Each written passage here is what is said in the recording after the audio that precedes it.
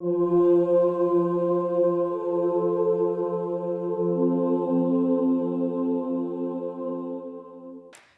I'm Rebecca Brady, as that thing just said, and I'm going to be talking about queer identities. But before I start, I want to say something about the word queer. It used to be used as a derogatory term for people who were perceived as gay, but in the 80s, 90s-ish, it started to be reclaimed and used as an umbrella identifier term for anybody who fell on an LGBTQ spectrum. And for those of you who don't know, LGBTQ stands for lesbian, gay, bisexual, trans, and queer or questioning, depending on who you talk to. And the list goes on from there, but we shorten it to LGBTQ for simplicity's sake. But we have a problem right now in our culture where sex is everywhere. We use it to sell just about everything, but we don't really talk about it a whole lot. And this culture of not talking about sex extends into our health classes in middle schools and high schools.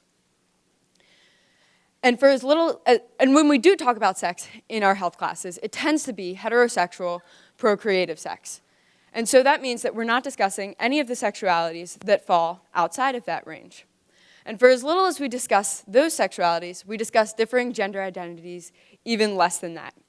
And this is because we think in terms of a binary, which means we think of things in terms of either gay or straight, man or woman in terms of someone's gender identity, or male or female in terms of their biological sex. And we tend to equate their gender identity and their biological sex. And this is an issue because for all of the people who aren't being talked about, it engenders feelings of shame. When you don't talk about a subject, it makes it into something wrong or dirty or bad that we shouldn't be discussing. And this shouldn't be the case.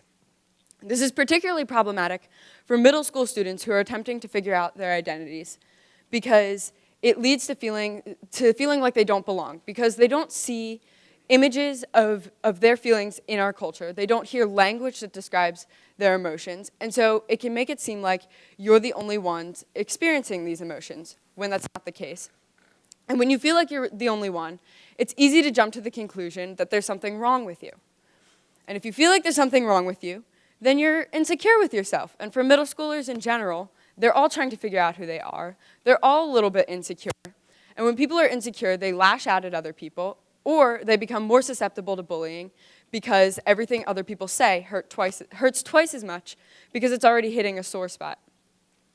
But this just isn't an issue for queer folks. It's an issue for everyone. Because when we don't talk about differing gender identities and sexual orientations, then we fail to deconstruct the stereotypes and assumptions that we make about people based on these things. And so it's limiting for everyone in how they can present themselves. If there's a certain way that you want to be perceived, for instance, if you want to be perceived as a heterosexual male, then you have to present yourself in a certain way. More feminine-looking males tend to be assumed to be gay, and vice versa. If you see a more masculine-looking female, you tend to assume that she's gay. You tend to assume that she's a she. That might not be the case. So aside from putting people in boxes and limiting how they can express themselves, this is an issue particularly for queer people because they're getting physically and emotionally hurt by this binary system of thinking and therefore talking that we have in our culture. Queer youth are overrepresented in the homeless youth population, and within the homeless youth population, the suicide rates are disproportionately high. And this is an issue because suicide rates for homeless youth in general are already high. Queer youth are also attacked at much higher rates than heterosexual and normatively gendered youth. And surprisingly, they have higher rates of teen pregnancy. And this goes back to what I was saying earlier about insecurity. Because when people are insecure, they tend to overcompensate for things. And going out and having sex with someone of the opposite sex is a good way to overcompensate if you're feeling uncomfortable with yourself or you think other people might perceive you to be not heterosexual or normatively gendered. Brandon Tina and Tyler Clementi are two extreme examples of how people have gotten hurt from this culture of shame that we have around queer identities.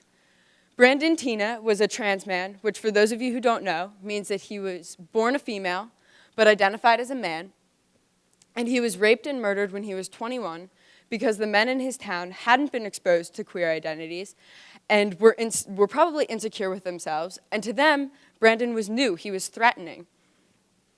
Tyler Clementi is a more recent example of this. He was a freshman at Rutgers University. Some of you guys might have heard of him.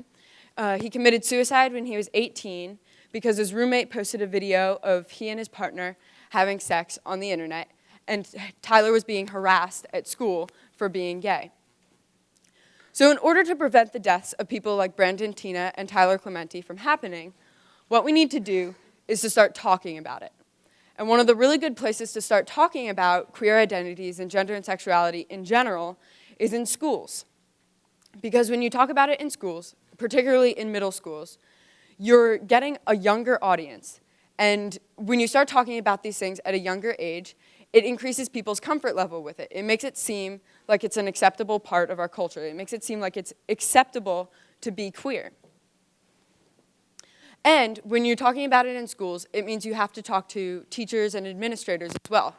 So you're not only getting a portion of the youth population, but you're getting a section of the adult population as well. And the hope is that eventually it'll just become a part of our public discourse, because as these kids grow up and they're exposed to talking about queer identity and gender and sexuality, it just becomes commonplace and an acceptable thing to say. So one of the things that I've been doing in order to get the word out about queer identities is I've been working on a crash course curriculum that can be integrated into middle school health classes, hopefully eventually taken to schools throughout the country. But right now, I just taught the middle schoolers at my school. We talked about differing gender identities, different sexual orientations, what kind of language isn't okay, and how to be an ally to your friends who are queer. And the kids were really enthusiastic about this. They wanted to learn more. And even at Solebury, a school where we talk about these things frequently, there were still people who didn't have basic information. Like, they didn't know the difference between gender and sex, which is an important place to start. It's okay to not know that. That's why we need to educate people about it. But we need to start there, because when you're talking about gender and sexuality, if you don't know that difference, then you can't have any further conversations coming off of that. So not only were the kids really enthusiastic and wanted to learn more about it, but they definitely needed to learn more about it as well. And I'm working on doing a similar thing at another school in the area. But it's important that we start talking about these queer identities, because when we don't, it creates a culture of shame around being queer and it limits everyone in how they can present themselves to society. People are getting physically hurt by not being able to express themselves the way they want to be able to express themselves, not to mention emotionally hurt. We talk about all sorts of diversity. We talk about racial diversity, we talk about ethnic diversity, socioeconomic diversity. We need to start talking about gender identity and sexual orientation diversity. Thank you so much for your time.